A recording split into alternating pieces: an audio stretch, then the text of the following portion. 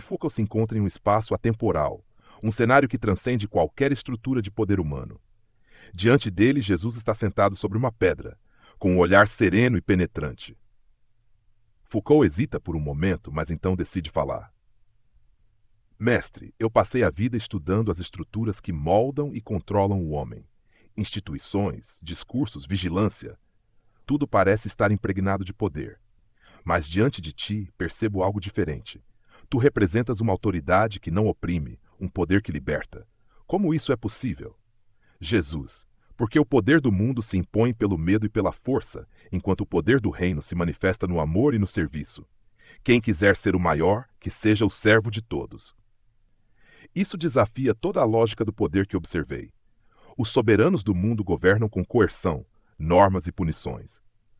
Tu, porém, falas de um reino onde os últimos serão os primeiros e os primeiros serão os últimos. Esse reino não é uma utopia inatingível? Jesus, o reino de Deus já está entre vós, mas ele não se impõe como uma estrutura externa. Ele transforma de dentro para fora. Não nasce da vigilância e da disciplina, mas do coração que ama e se doa. Sempre acreditei que o discurso molda a realidade, que as verdades são construídas socialmente e usadas para controlar. Mas tu falas de uma verdade absoluta.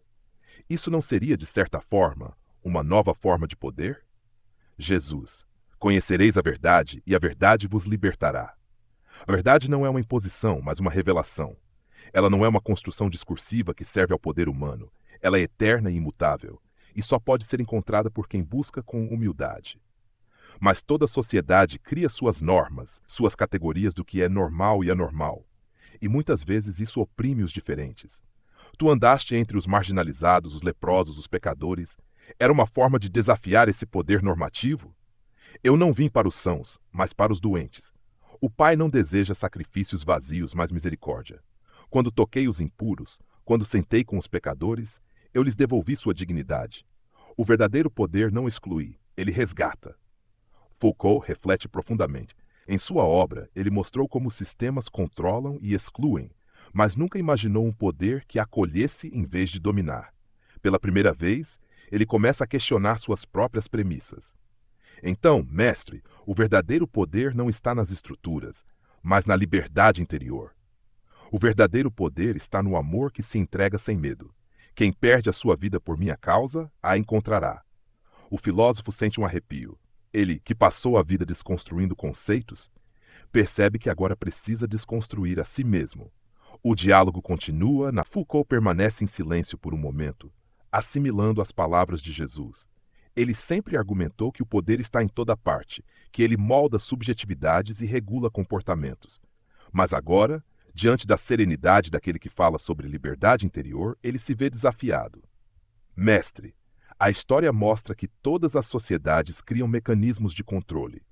Desde as prisões até as escolas, desde os hospitais psiquiátricos até a religião organizada. Mesmo o cristianismo institucionalizou-se, criou dogmas, hierarquias, excomunhões. Como garantir que a tua mensagem não se torne mais uma ferramenta de controle? O que eu ensino não é um sistema, mas um caminho. Se alguém quiser vir após mim, negue-se a si mesmo, tome a sua cruz e siga-me. Não é uma imposição, mas uma escolha. O amor não pode ser forçado. Mas e aqueles que usam a religião para oprimir? Quantos foram silenciados em teu nome? Quantos foram perseguidos por se desviarem das normas impostas por homens que alegam falar por ti? Jesus, muitos dirão, Senhor, Senhor, mas eu nunca os conheci. Eu não vim trazer fardos, mas aliviá-los. Os que usaram meu nome para oprimir não compreenderam o Evangelho. Não é a letra da lei que salva, mas o Espírito que dá vida. E, no entanto, desde que a humanidade existe, há vigilância e punição. Olhando para a tua crucificação, vejo nela a maior das condenações públicas. Um espetáculo de punição para intimidar os outros. O que a cruz representa para ti? O que o mundo viu como derrota, Deus transformou em vitória. Eles me julgaram e condenaram, mas ao terceiro dia eu ressuscitei. A cruz não é um instrumento de poder punitivo para mim. Ela é a maior prova de amor e entrega. Então a cruz não é um dispositivo de repressão, mas um símbolo de libertação? Exato. Ninguém tem maior amor do que aquele que dá a vida pelos seus amigos. A cruz foi a forma como eles tentaram me silenciar, mas foi nela que a verdadeira liberdade foi revelada. Mestre, tu falas de um amor que liberta, mas o amor também pode ser um dispositivo de controle. Muitos se submetem a relações abusivas, muitas vezes em nome do amor. Como distinguir um amor que liberta de um que escraviza? Jesus, o verdadeiro amor, nunca aprisiona. Ele respeita, edifica e traz vida. Onde está o Espírito do Senhor, aí a liberdade. O amor que aprisiona não é amor, mas medo disfarçado. Foucault reflete. Ele passou a vida estudando prisões físicas e mentais, mas agora percebe que a maior prisão pode estar dentro de cada ser humano. Foucault permanece pensativo. A ideia de liberdade interior o intriga. Ele passou a vida estudando as estruturas que moldam o pensamento e controlam os corpos. Agora, diante de Jesus, ele se pergunta: é possível uma liberdade além das estruturas de poder? Mestre, tu falas de liberdade interior, mas o que acontece quando a própria mente se torna uma prisão? Vivemos sob normas, discursos e instituições que nos definem. Como escapar da vigilância que exercemos sobre nós mesmos? Jesus, conhecereis a verdade, e a verdade vos libertará. A maior prisão não é aquela construída pelos homens, mas aquela que nasce no coração quando se perde a verdade. Mas a verdade não é uma construção do poder. O que chamamos de verdade não é apenas o discurso dominante de uma época. A história mostra que aquilo que era considerado verdade ontem se torna um erro amanhã. Como então confiar na verdade como meio de libertação? A verdade que liberta não é apenas um conceito ou uma doutrina. Eu sou a verdade. Eu não mudo com o tempo porque o amor e a graça são eternos. O que muda são as interpretações humanas. Então tu não falas de uma verdade imposta, mas de uma verdade vivida? Sim, a verdade que liberta não pode ser imposta de fora para dentro. Ela deve ser encontrada no mais profundo do ser.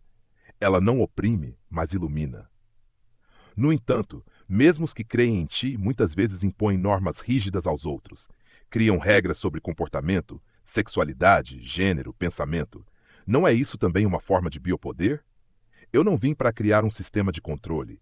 O sábado foi feito para o homem e não o homem para o sábado. Meu ensino não é uma gaiola, mas um convite à transformação. Quando há amor verdadeiro, não há necessidade de coerção. Mas os seres humanos parecem incapazes de viver sem estruturas de poder. Sempre há um controle, mesmo que sutil. E se o poder for inevitável, o que resta àqueles que desejam ser livres? Se alguém quiser ser o maior, que seja o servo de todos. O verdadeiro poder não está em dominar, mas em servir. Aquele que compreende isso já não é escravo do sistema, pois encontrou um caminho além do jogo do poder. Foucault permanece em silêncio. Ele estudou a microfísica do poder, a disciplina, a vigilância. Mas agora, diante de Jesus, ele vê um poder diferente. Um poder que não impõe, mas transforma. Um poder que nasce do amor e da entrega. Algo que desafia toda a lógica do mundo. Observa Jesus com um olhar reflexivo. Durante toda a sua vida, investigou as formas de poder que moldam os indivíduos.